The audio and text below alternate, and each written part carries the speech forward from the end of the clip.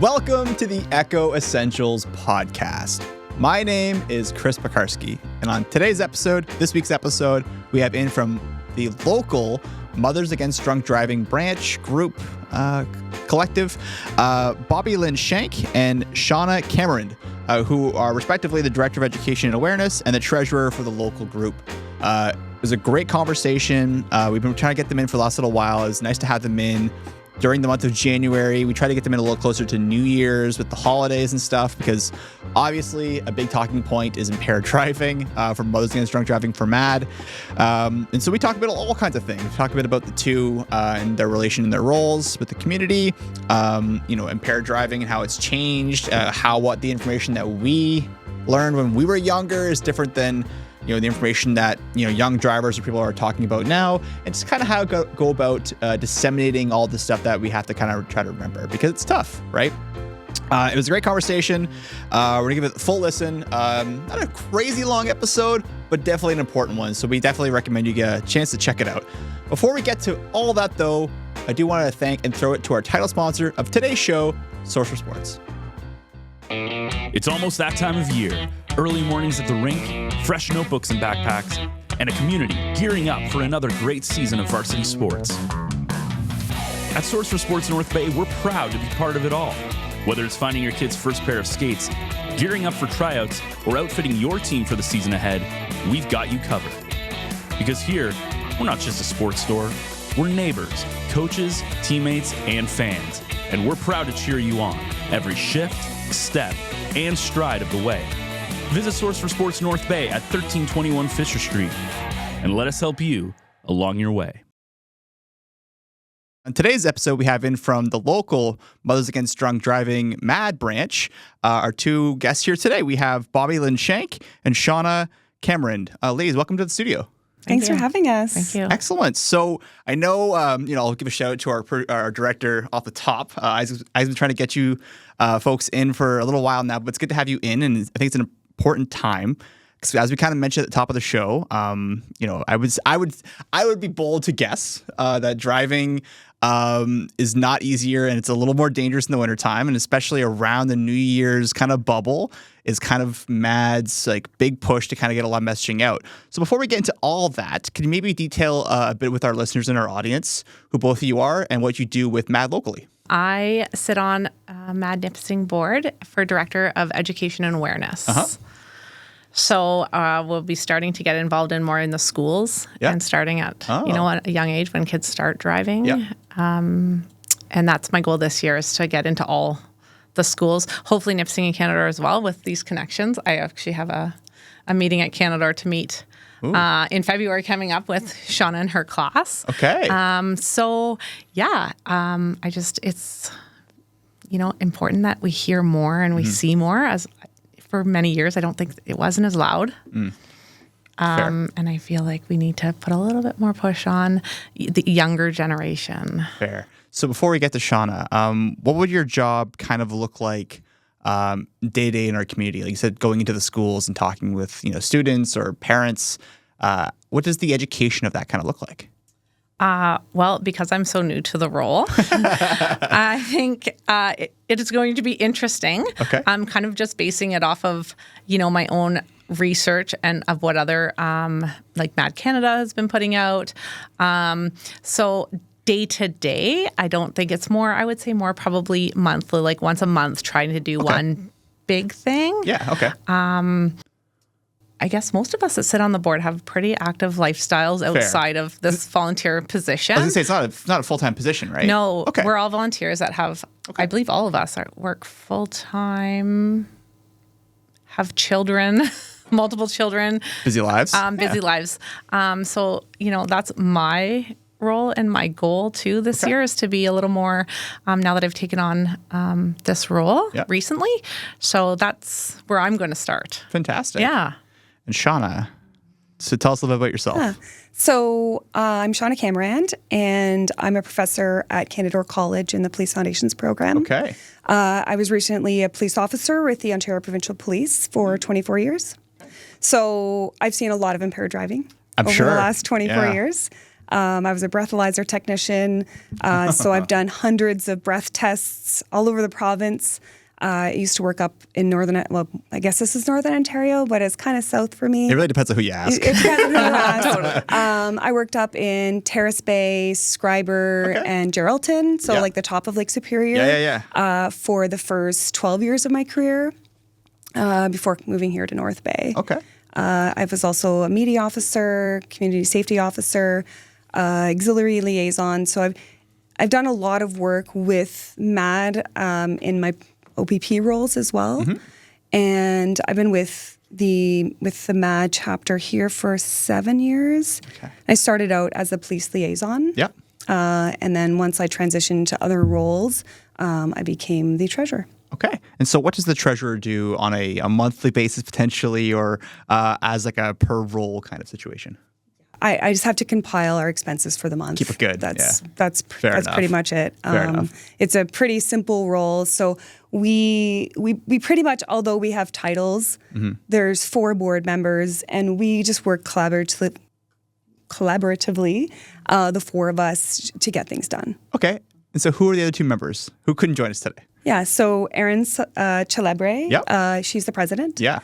And Nolian Pretorius is our secretary. Okay. Shout out to those 2. So for those who maybe aren't aware of, we keep referring to as MADD. I referred to it kind of early at the top of the show. It's Mothers Against Drunk Driving. That's what it's historically known as, but it's MADD for short, right? But it's, is it only Canada, or is it like everywhere? Because obviously in Nipissing, but where does it extend to?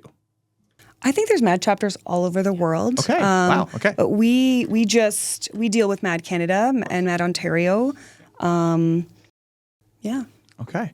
So I remember, I don't usually tell a lot of stories. I'm usually the host and the facilitator of the stories, but I feel like, when I was a younger person, talking about going into schools and stuff, I remember the messaging around impaired driving and substance abuse and substance use in general was, in a couple different areas. MADD was always a part of it. A couple other agencies, who also work with like law enforcement.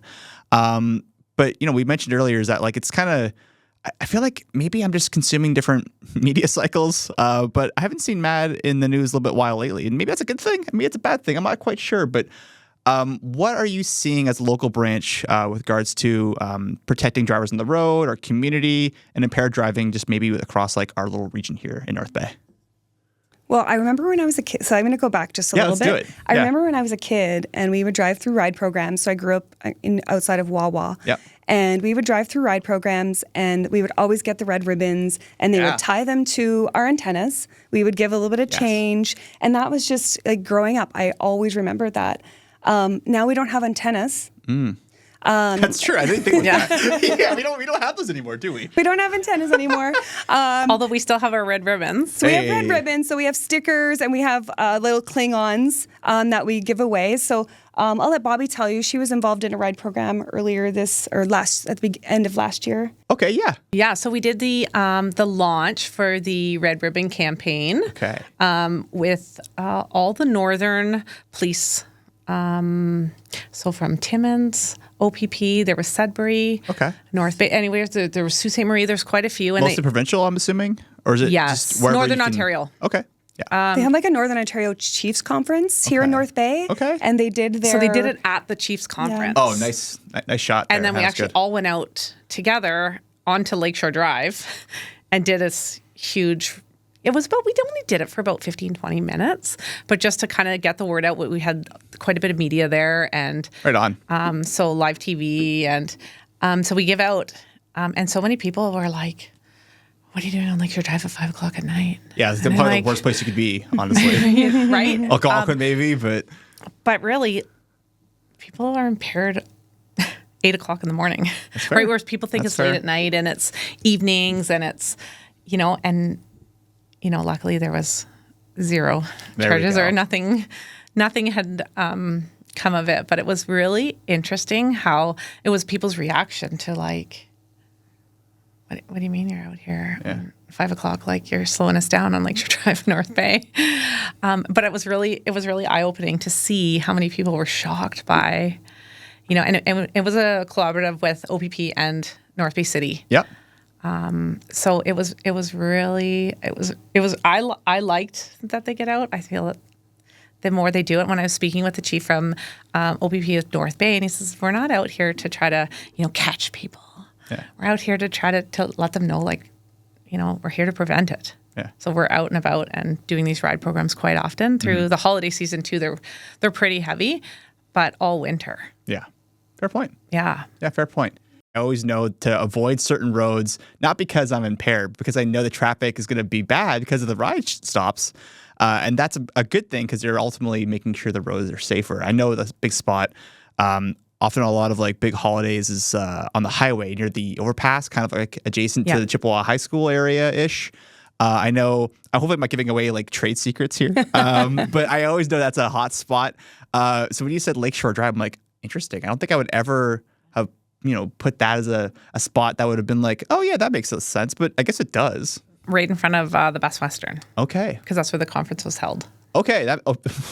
Very, very little hauling of materials for that one, but that's awesome. So I'm kind of curious a little bit how, the Red Ribbon campaign, ties into something like this. So could you maybe share with our listeners and our audience what the Red Ribbon campaign is and when it started, possibly? I don't know when it started. Well, like I said, it's when I was a kid. That was a long time ago. Because it's far back. Yeah. Probably longer than you've been alive. Possibly. Yeah. Who knows? I think MADD has been in North Bay for at least 25 years. So that's 25 years here of participating in ride programs with the police. And giving out ribbons. The other thing that MADD does is we have boxes, and a lot of people put it at stores and have the ribbons in it, so people know to take the ribbons, put a little bit of change in, so people can get them that way as well. But yeah, I'm not sure how long it's been. We'll take a look. A thing. Yeah, we can look that up for sure. But what the Red Ribbon campaign is a reminder to people to not Strictly drive awareness. impaired. Awareness, absolutely. It's important. I mean, it's we kind of talked about it on the bit of the show, and we've actually had a lot of road safety episodes in the last year, which is pretty great. We've had North Bay Police Service come in twice in the last year. We've had Merv Shantz come in, Constable Merv Shantz, talk a bit about I think it was like Road Safety Week or something. And so like we've had like a lot of conversations about this, and what never seems to surprise me is some of the takeaways and just like the new ways in which the game kind of changes. We talked about when we were younger, the big conversation was like mostly, we said drunk driving, right? That's the whole, the DD in MADD, but impaired driving, it's a little different now, right? And so we talk about how Canada has had recent changes in the last, I'm going to get the years wrong, 15-ish, don't quote me, years in terms of marijuana and things of the like. And impaired driving has kind of changed. I mean, it was around then, but it wasn't legal as it is today. So like things and how we define it has changed too, right? Have you seen maybe how we communicate that differently? And there's been a lot of changes in the laws over the last 5, 7, 8 years. Good point. For Ontario and for Canada. So one thing I noticed, I was driving down south not that long ago, and I stopped at an en route, and guess what's for sale in the en route? I'm gonna guess cans of beer. Alcohol. Yeah. All different, not just cans of beer. Okay. Wine and coolers, everything you want is for sale on the en route. Who needs alcohol at an en route? I couldn't tell you. I go for the shout out Popeyes. There you go. It's a good fried chicken on my way home, but Yeah. it's fair. On road especially, right? Yeah, I mean, kinda I odd. understand convenience stores because it's convenient, but right along the highway, I don't know if you need to buy alcohol right alongside the highway while kinda you're bad driving. optics. Yeah. It's very bad optics. And they're always on these big 400 series highways. Yeah, no right, where jokes. their speed is like, there's just so many factors that just doesn't sit well with me. Yeah. Fair. And when we've had North Bay Police Service come in, we talked a bit about distracted driving and speed and how it relates to unsafe driving and accidents on the road, fatal and non-fatal. Obviously, having things that would impair a driver or put people at risk in places that are naturally higher, potential risk of danger, like a highway, that does maybe still feel kind of weird. Because you talked about how maybe like a corner store like in the city, okay, well, like go down to Second Avenue or something, you can get a can of beer or whatever. Okay. But like on the 400 series, that's a whole different game, right? And it's awkward.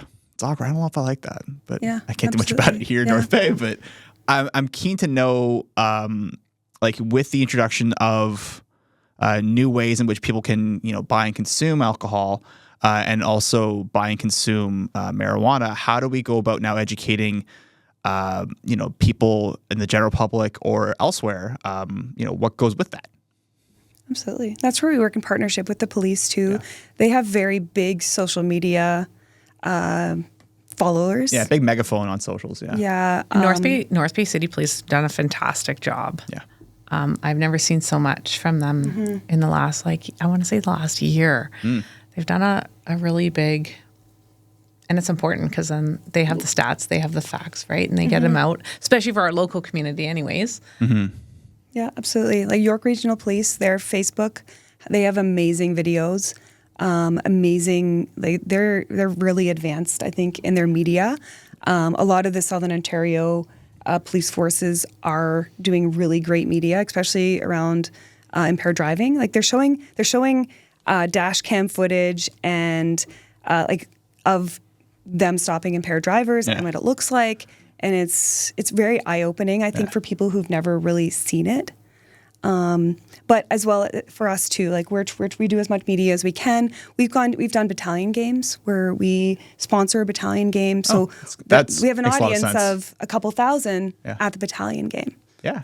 So we try to do what we can in our small little area. MADD Canada has huge outreaches as well. Yeah, of course. Speaking of MADD Canada, I pulled up some key facts here, and it's from 2021. It's on the website of MADD Canada, right? So we don't feel like we have to get like exact up to date yesterday stats, right? But it said here in 2021, police laid about quote 78,480 total charges and short-term suspensions in relation to impaired driving, which I guess across Canada. And when you think about it, it's like, well, that doesn't seem like a big number, but that's still people that they've stopped. That's not all things happening. And so that also creates a different kind of conversation of like, okay, well, are people kind of covert? Like, are people thinking that they can get away with it more as the numbers higher? And that's probably a question for you for the police in particular. But it goes over here, 9 charges, and this is where it breaks it down, right? 9 charges per hour for alcohol or drug impaired driving. 9 charges per hour. That's pretty crazy. In Canada? Yeah, that's what it says here, yeah. An average of 215 charges and short-term suspensions were laid daily. So that puts in perspective of like, okay, that's nothing to slouch at, right? So I don't get it. Like we've it's you think this would change? You think we would get better at it? And maybe we have, I don't know, but like what kind of things do you think, in terms of like being new to the position, Bobbie, I'm going to pull you in here again because we're going to talk about maybe the experience of a ride stop in a second because I kind of want to know what goes into that. How can we continue to, educate the public and maybe young drivers, first-time learners, for example, those who've just kind of got the sense of freedom behind the wheel, the dangers and the risks and the effects of potentially impaired driving, what that looks like for not just the driver, but those who are on the other side of the road? Well, I think getting in the schools, like MADD Canada, like we can reach out and there's different things we can do within the schools. But I feel with kids these days, they're always on their phone and watching, is getting like the videos, getting the dash cams, getting stuff where they can see it like, okay, this has actually happened like locally. Oh, this isn't just some TikTok video, or AI, get local or get Canadian videos and stats and show them videos, families, victims, and show them the impacts it's had on other people. Yeah, because it affects more than just the person driving, right? I mean, it's not the same, but like, just say like if someone like, runs into a tree, like it's the one person, but like that's not always the case. They might hit pedestrians, other vehicles, infrastructure, which is not the same as a life. But like there's so many different ways in which impaired driving can, take away and destroy things. Yeah. Right. So, did you grow up around here? I did. From North Bay. What school did you go to? High school? Yeah. St. Joe's Scullard Hall. When you were in high school, did MADD come with a video, like a huge screen? Yes. See, that's what I remember in high school. And they with a story, with an impaired driving story? I'm trying to No, remember. you would remember. I know you would remember remember. that. I remember certain PSAs. Whether I was there for that, I don't know. But I remember a lot of videos were. I mean, it was like back I was in high school, probably like early YouTube, right? So like some of those videos probably went semi-viral. But remember a big video screen? I'm not bringing to mind. But go ahead. So MADD has a program where they go around to all the high schools in Ontario, where every year it's a new impactful video. And the schools, when I first started with MADD, every school in our area was opting to show this video. MADD was coming in, setting up this huge screen. Every student from school would come in and watch this video, and it was super sad. And it did impact like some people more than others. And over the last couple years since the pandemic, the schools in our area have chosen not for MADD not to come in. Mm-hmm. Okay, first thing, that just had like a flashbang memory for me where you saw me perk up. I was like, oh, I remember this now. Why are they stopping showing it? This is my goal. This is my goal this year. Right? So I have great relationships with quite a few of the principals in the community. Pull some strings. And I'm going to, personally, go in and talk to them and ask. Mm-hmm. I know my daughter's high school, Algonquin High School for sure. Yeah. She's already said, yeah, let me know. Okay. So I think part of it too is having that personal, local connection to not just some, email. And that's kind of our role is even though we're a small little chapter, I think we can still be pretty impactful in our community by like personally reaching out. Yeah, boots on the ground, right? Yeah. I mean, I'm kind of curious. Like, I don't know, we can't show it probably on here. Because, like, I mean, it's an older video, but I wonder, this is not something you have to answer, but was it maybe removed from, being viewed because it was maybe potentially, like, very traumatic or, like, high content warning? That's my guess. I think there was a few students who were really deeply impacted by it. I can get that. But we would always make sure, like, all the schools would have, like, their school counselors in, and if any kids were impacted, they would make sure to check on them. And really, it's such a... I feel that that's the point of them. That's the point. That's the point. Is to make you feel uncomfortable, to know, like, if you make these bad choices, this is your feeling in a gymnasium watching a video. Can you imagine if that was your family? Yeah. Yeah. Right? Yeah. Like, it's meant to be scary, right? It's got to hit home in order to be impactful, I believe. Yeah. I always think when it comes to, things like this where it's like it'll never happen to me kind of situation. Like you can kind of like dissociate. It seems really effective, at least for me, when you have someone in front of you who's kind of been through it, can talk about it, as opposed to just being a statistic or just being a video or like, now that we live in a world of AI, it's like, well, that can't be real. Like that dash cam can't be real. Well, okay, well, we have a lot of people that can tell you otherwise. And maybe you should hear from them instead. And maybe that's a powerful opportunity to kind of say like, okay, well, when everything's on our phone and we have all different ways we can kind of refute or back up certain perspectives, talk to a person who's kind of lived through or had been, unfortunately, at the hands of something like this and had their worlds completely change. I think that's probably pretty effective, right? Huge. Yeah. So, and that's the interesting thing, too, now that I'm kind of, reflecting on this. I feel like we can all kind of maybe have someone in our lives or someone close to us in our lives who have probably been affected by this in some capacity, whether it's impaired driving or drunk driving of whatever accord.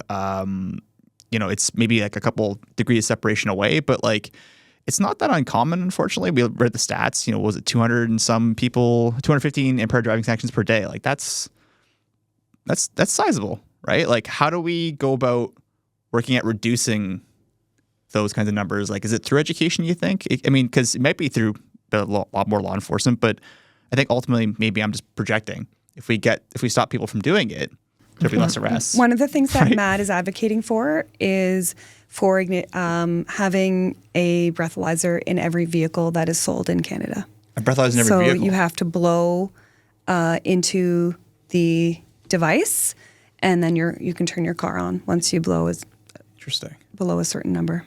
So where's the pushback with that? I'm assuming maybe car manufacturers, costs. Yeah. I don't know. Yeah, people's it has to be personal law choices. first as well. Yeah. To be brought into law. But that's one of the things that MADD Canada is advocating for. Fair. So let's get into the breathalyzer stuff because I think that's interesting stuff. Maybe as a former officer, current officer, I guess like former. Maybe you aren't practicing officer. I don't know, practicing law, whatever it is. Have things changed from then and now in terms of like how we go about monitoring or testing for those who are impaired on the road or otherwise? Oh, absolutely. When I first started policing in 2001, we had these old breathalyzer machines that you used baby bottles that had alcohol in them to do the testing, and you had this little turn button where you could chemistry set. like you had to like just see how much alcohol was in their blood, but it wasn't always perfect. And then we graduated to intoxilizers, which was digital. So it was a lot better of a system than an analog system with a whole bunch of knobs that you turn.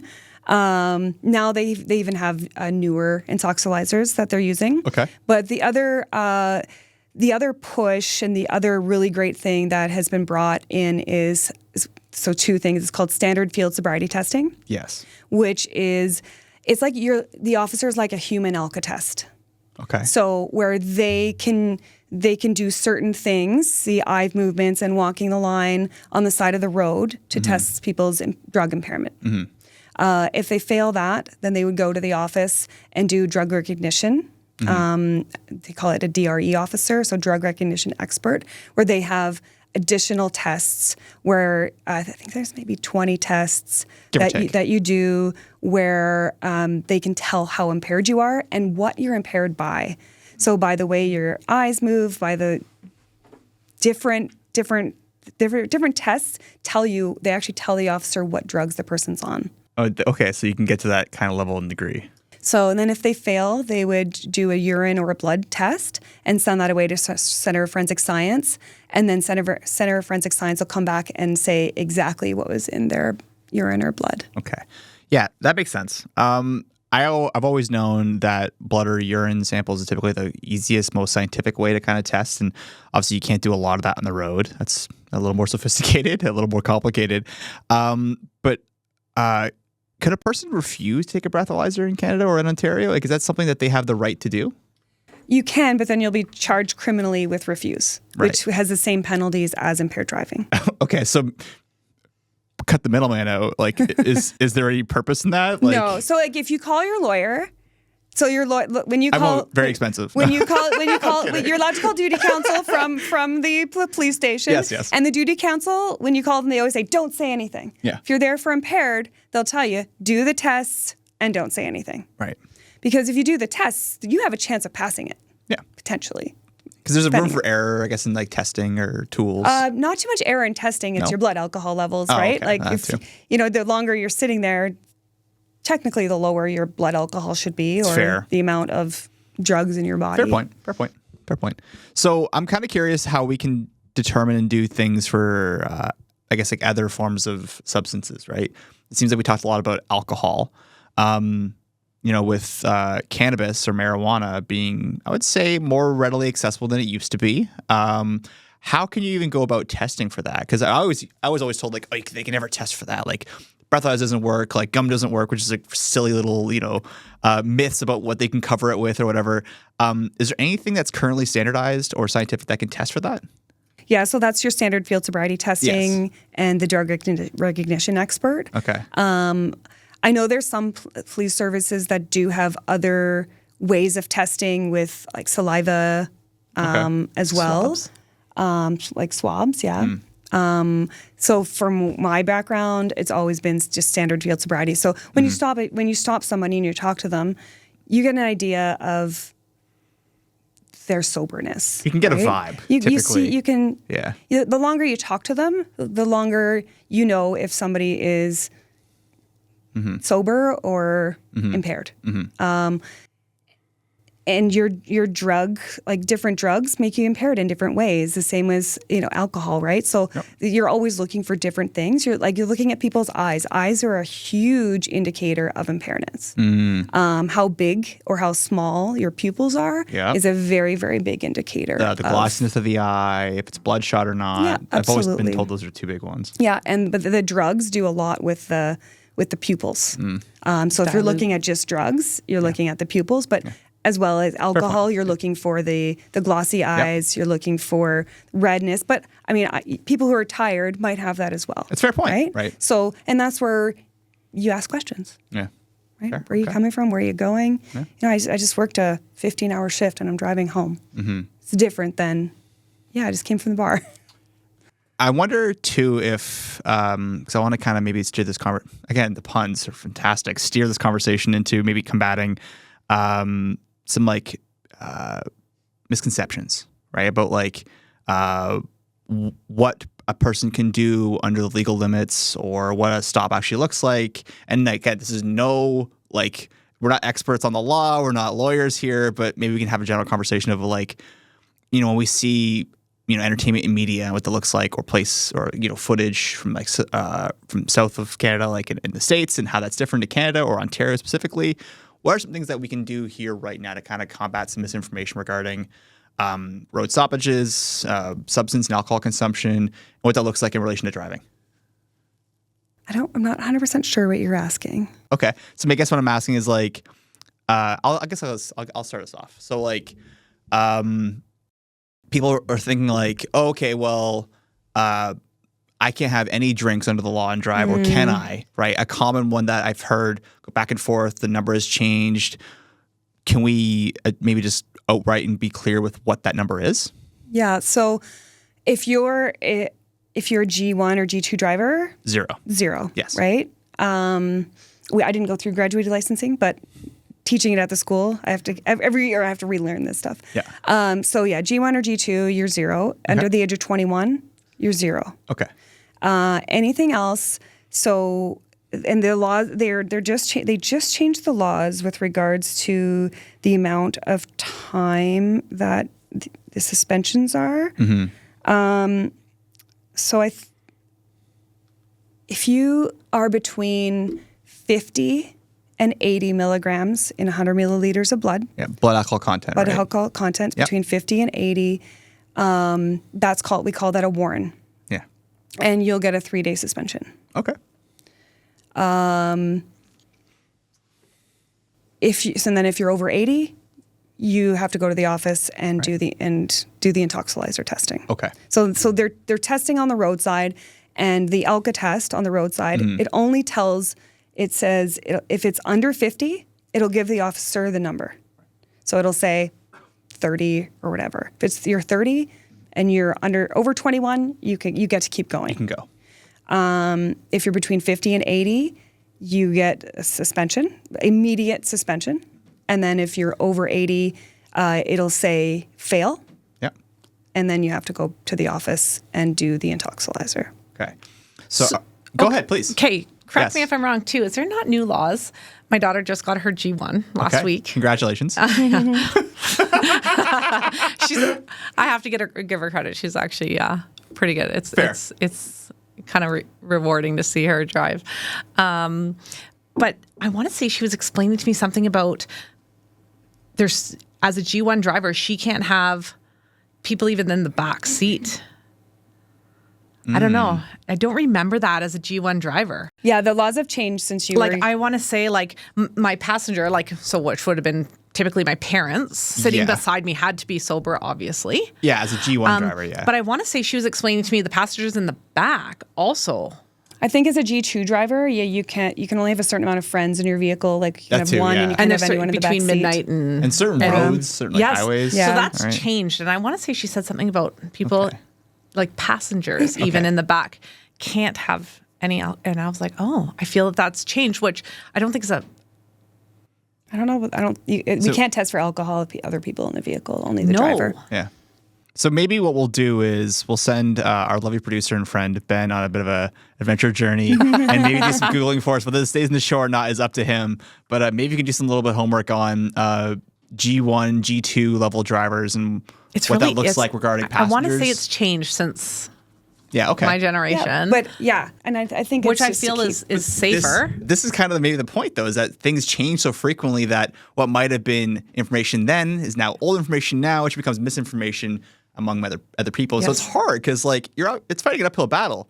This information is changing constantly, and there's so much out there. I'm trusting my daughter to know the law and follow it. You have your G1, I have my G. Fair. And that's you need to know the rules. We say ignorance is no excuse. Mom. Yeah. Yeah, absolutely. Because I want to say they were having a conversation the other day at our house. There was a couple of girls. One of them had her G2, one had her G1, and they were saying, "Mom, you can't even have. You have 0% alcohol even as my passenger as a G1. Yes. But you that can, sounds right. But you can have, say, a glass of wine and still drive yourself if you're under the legal limit. Like you could. Yes. Well, but whatever I a can't, glass would look like, but right? It's a whole I different thing. couldn't be her passenger and have. Yes, you can. Right. And I was like, well, that's really interesting. So it's saying that I could drive, but I can't be a passenger. Yeah. So right. And I was like, I think you need to read up on these rules because, well, because you know, it's confusing. she's close. So as the G driver, when you're driving with your daughter, you are in charge of the vehicle. She is not. So you have to follow the laws of impaired driving laws. So if you're over 50 milligrams of alcohol, if you're between 50 and 80, you will get a suspension. Which makes total sense to me. Because you're the responsible person in the vehicle. Because you're in charge of the vehicle. You are the... Because I was just understanding it and the way that she was persistent. This other little girl that was at our house was persistent to say, like, no, you have to follow the laws of the G1 driver, not of your license. And I was like, I don't think so. So let's put a pin in this. Ben, do you have anything for us? Yeah, so I went on to drivetest.ca. Okay, that's local, Canadian. Yep. Yeah. There we go. Because there was Google AI and I don't trust that. Hey, good lessons for everyone listening. So do your sources. This is just what it says about general G1. I don't have my book is at home. That's like okay. My drive test book from like 15, it's probably 16 outdated years by ago. 10 It's probably years. outdated. It's changed. So G1, you have to maintain a 0 blood alcohol level, which we talked about. Yep. Make sure every passenger with you wears a seatbelt. Not drive between midnight and 5 a.m. Not drive on 400 series highways or highway speed expresses, unless it's with like a driving instructor, basically. Okay. Drive with a fully licensed driver with at least 4 years of experience and a blood alcohol of less than 0.05. If this person is 21 and under, the blood alcohol level must be 0. Boom. And then G2. Yep. So that makes sense. Yeah. So G2, you can drive independently Shona. without an experienced driver in the car on all Ontario roads, including 400 series highways, at any time of day, unless you are 19 or under. If you are 19 or under, you can drive with only one passenger who is 19 years of age or under in your car between midnight and 5. This condition applies for the first 6 months. This is so confusing. The first 6 months of having your G2. After 6 months, you can have up to 3 passengers who are 19 or under at the time of night. The condition is waived if you have a fully licensed driver in the car or if your passengers are immediate family. But it doesn't say anything about blood alcohol level. For G2. Yeah, section. For G2. For other, nothing for G2, but under 21, you have to be 0. I think it was... Or is it just if It you're said So G1. that it didn't say anything about blood alcohol for G2. Okay. But if you got the actual manual, like... Don't remember them even being that many rules. But that this is... was the thing when I was growing up, or when I was taking my test, that was a rule. So that would have been like 2010. This is, again, kind of serving the purpose of this point, is that, like, you know, Ben and I are similar age, and, like, I probably struggle to remember the information at, like, perfection level then, and I definitely probably can't get it now, but I'm just going to do my best and err on the side of caution. But there are so many different things that change throughout time because, you know, we talk about, you know, new parents or young parents who might have information from when they were learning to drive and maybe aren't involved in, you know, the local, MADD, operations or law enforcement and how things change. And some misinformation isn't bad. It's just old. Mm-hmm. Absolutely. Right. And so it's interesting because we always hear like, oh, it's just one drink, but one drink for one person could be something very different. Right. Like for, you know, a man Probably my size. every one of us in this room would be something totally different. It would. Yeah. And like for all intents and purposes, like I might not have beer. I could have like a spirit, which has a different kind of dynamic. Right. And it's tricky because one beer isn't, or the one drink rule doesn't necessarily always apply. Right. It's tricky, but it's some of that misinformation or old information that I find, you know, for all these different, you know, community stakeholders in terms of like who are helping towards, you know, achieve the mission, the objective of MADD and safer driving on the roads. There's so many hurdles and things you have to look out for, you know, metaphorically speaking and literally, but like there's so many things you have to kind of consider when you go about trying to help and educate the public that it's almost like you're running uphill, right? And I think ultimately, it's don't do drink it. and drive. Ultimately, at the end of the day, it's a good one. Impaired, right? There we go. So one of the reasons that we catch a lot of impaired drivers in the morning is because people they feel good and they go and drive. I slept. From the last I slept night. the night. So I slept or I ate or whatever, but your liver can only process so much alcohol in an hour. Yeah. If your liver can process, let's say, 1 drink an hour, you have 12 drinks. That's 12 hours. That's not just, a 5-hour sleep. Yeah. So, Bit of longer sleep. Yeah. but if you look at it as you're drinking and you can feel it, right? You can feel yourself being more and more impaired. Then you feel yourself coming down. And you might you're feeling differently here as you are when you're coming down because you're feeling, At the I same feel a level. lot better. You're Yeah. at the same level. Let's say you're at 80 here and you're up to 120 and then you're down to 80 and you're like, oh yeah, I feel much better than I did 2 hours ago. Well, yeah. It's not 120 but anymore. you're still impaired. impaired, right? Yeah. You're still impaired. So That's a good point.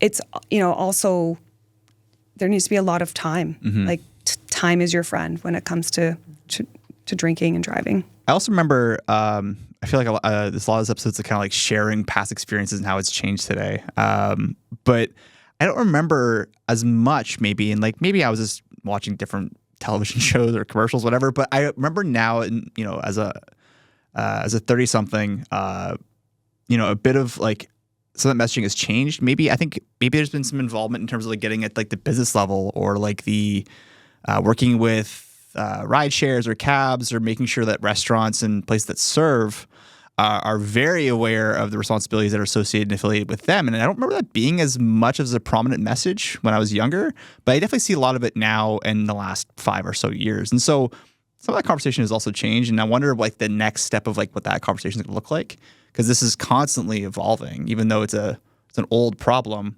The ways in which we talk about it and the way in which we live around it have changed. And we're lucky where we live because there's so many options, right? Like How to get we home. have, you have the city bus, you have taxis, you have U-Ride, we have social media, we have cell phones. Yeah. Like when I was a teenager, Very true. in my early 20s, You're lucky to we find a didn't- Bell booth. Yeah, like we 25 didn't- cents we in didn't your have cell pocket. phones, and yeah. So Yeah. we're in a day and age where things are a lot easier. So there's really no excuse for impaired driving. Yeah. It's I tell all my younger family members, friends, older ones even too, like, call me. I don't care if it's 4 a.m. call me. To my cousins that are, 20, Yep. I don't care. I don't care where you are. I don't care what situation you're in. I'm not going to ask you any questions. I'll come get you. I will get you home. I'll get you home. Yeah. There doesn't need to be any explanation. I won't ask questions. Just call me. Yeah. And I always tell, it seems like more my cousins because they're younger. We've had, impaired driving impacted our family. So, I share with them quite often. All my family, call me. I don't care. I don't care when it is. I'll come. Yeah. So, Or there is times where, if I can't come, yeah. I will, you ride. Yeah. You know what I mean? Or I'll pay Do it for 'em. Yeah. Because there is with cell phones, there's so many ways. Like I can get you a U-Ride Yeah. in North Bay from point A to point B with you having no involvement. Yeah. Through my phone and a credit card. As long as I'm in the car, right? It's Yeah. pretty simple, and that should be straightforward. Should be. But I think when we talk about and maybe I'm, I guess the new impaired is the cell phone stuff. The new version of impaired driving or distracted driving, I guess it's technically is classified. And like we have the world in our pocket now, and like it's our everything. And even though it's a powerful resource to help us get around some of these things, I feel like it's also created new challenges, right? And we've talked about it with the folks at North Bay Police Service. Like their biggest thing now, especially, is like the tools in which we can put our cell phone down because we're so associated and affiliated with it that it's not just a phone anymore. It's like a messaging service. It's a camera. It's all these things that we just can't seem to put it down. And for some reason, we still can't put it down really as much as we should in comes to being in a vehicle behind the wheel. I feel like that's going to be a big. It's been a thing for a while now. Obviously, cell phones aren't new as of last week. The iPhone's ancient, but I imagine with young drivers, it's got to be a big one. It has to be, and maybe that's a conversation for the law enforcement professionals, like how they combat that, how they go about communicating that, because not every. Maybe I'm generalizing. I'm doing a lot of this. Maybe not every person or young person is looking at or experimenting with drugs or alcohol, but more than not, I would say majority of them have a cell phone, right? And that is something that's already kind of built into being normal. Yeah. My kids are 11 and 13, and I really try to just be a good role model for them. Like, I talk to them all the time about alcohol, vaping, smoking. I talk to them about the cell phone in the car, and I try not to touch my cell phone when I'm in the vehicle because, they're going to do what they see. Yeah, exactly. Right? Role modeling. So being a good parent role model is important. The other thing I'm finding, so with my son who's, 18 years old, he's got an older car. In my car, when I get in right now, I've got my Apple CarPlay. So it's hands-free. Hey, Siri, it does everything for me. Someone's sending me a message, I need to hear it. It just comes over whereas this these older cars for this younger generation, I recently purchased my son an Apple CarPlay to put on his dash. Oh, okay. So it's hands-free and there's no issues. Yeah. And I, speaking with a lot of people in regards to this as well, they've drinking and driving for us, it was always a thing. We always knew about it. We always talked about it. Well, cell phones is for them too, this younger generation. So they know it's wrong. Yeah. Whereas for us, it's newer. Yeah. Right? When I was 16 and driving, there was no such things as really, I think my dad had a car phone with a wire. Oh my gosh. Showing my age. Yeah. Those gummy buttons. Yeah, my dad had the same thing. When I was 16 and driving, we didn't have Google yet, so... So I think we had MapQuest. We printed out the instructions. Yes, absolutely. Shout out MapQuest. And then I'd turn it as we turn on the street. I think we're dating ourselves in this episode. But yeah, maybe we have to give a little more credit there too with the rise and challenges that some things are, more adopted, I guess, right? But the role modeling part is a really interesting part. And we want to, touch on this before we get out of here. What do you think people at home, whether they're parents or not, or even part of your friend group, what can you do to role model healthy habits in terms of avoiding driving while impaired or driving under this, the influence? So 3 years ago, I stopped drinking. Okay. I don't consume any alcohol at all. And I'm seeing more and more people going in that direction, having an alcohol-free lifestyle. I didn't have an issue with alcohol. I just wanted to be healthier. My husband couldn't consume alcohol because of his medication, and we just phased it out. So I still have fun. I don't need to drink to have fun or to consume drugs or alcohol to have fun. I just don't consume alcohol. That's a pretty good starting spot. Yeah. I can't. To be totally honest, I can't say the same. But there's nothing wrong either way, by the way. And I don't. If anybody consumes alcohol, I don't look down That on is them. their choice, right? It's Totally. a choice, right? Totally. But that being said, I am quite often, more than not, I'd probably say 90% of the time I'm the DD. Yeah. And I just choose to not drink at all. Yeah. And that's how and I've made multiple trips for, friends, family. Yep. I'll come back. Well, no, we're not going to do that. Yeah, I am. No big deal. Okay. You really would do that? Well, yeah. And I think just Bigger having picture. that one person of, most people, and I'll tell people, I'm very open to say my family's been directly affected more than one time to drinking and driving. So, yeah, I'll drive you. No problem. And that was even before MADD, right? Yeah. And that's what made me get into MADD is, the history with my family. Yeah. So I thought, you know what? I'm always a DD. Always have been. I remember one of the positive, role modeling situations that I had because I have older siblings. And when they would come home and I'd be in university and I wasn't going out that night, but they were back with their friends. I'd be like, I'm DD, I'm 21 with a G. I'm studying tonight. If you want me to come get you for 20 minutes, I can do that. The deal was if I do that, you have to get snacks. So if we're on the way home, we'll go through a drive-through or something. They'll get a burger from a place that has yet to sponsor the show, and that's the deal. But making sure that you have someone there or something else reliable. It's a fun bit, but doing things that can encourage a safe way or reliable way to get home, I think is the most important thing in those situations, right? But I think also planning ahead. Yeah, planning ahead. Just plan ahead. Yep. And I'll always, whether it be my husband, no matter who, if we're going out girls' night, who's driving? Yep. Or, okay, I'm not driving tonight, so how are we getting home? Okay, we're going to Uber, we're going to, often if it's a girls' night, because I'm quite often the DD, my husband will come and pick us all up. Nice. And he's my girlfriend's he's going to come pick like, is that in the middle of the night? I'm like, yeah. Because we have that. You have that pre-established, understanding. Yeah. Yeah. Yeah. And it's just, there's zero questions. Just call. Yeah. So we'll get out of here in a couple seconds. But for those who are listening, those who are watching, for starters, thank you for, again, joining us. For those who want to maybe, participate or get involved or help out with, the local team here with MADD or any upcoming events, how can they either A, get in touch and, maybe help or contribute, or what can they look out for in the community in the upcoming months or weeks? Well, we should start by saying we'd love more followers on our MADD Nipissing Instagram or Facebook page. Okay. And they can reach out through that way. Or they can reach out through email. maddnipissing@gmail.com. Perfect.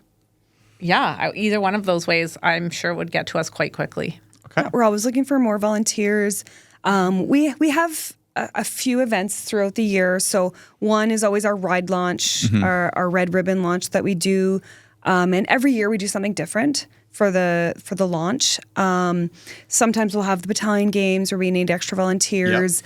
Yep. We're talking about doing an event for safe boating come in the spring. Oh. Yeah. Where we're going to be looking for volunteers.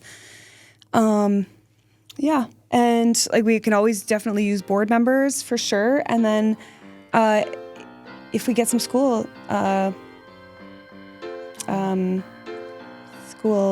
programs going, then we can definitely use volunteers that way for sure. Perfect. Well, good luck with all of that. I'm following. I'll be watching, of course, and have all of our plans set out. But Bobbie-Lyn, Shona, thanks so much for joining us today. We appreciate having you come in here and talk with us, and we'll see you out there. Thank you so much for having us.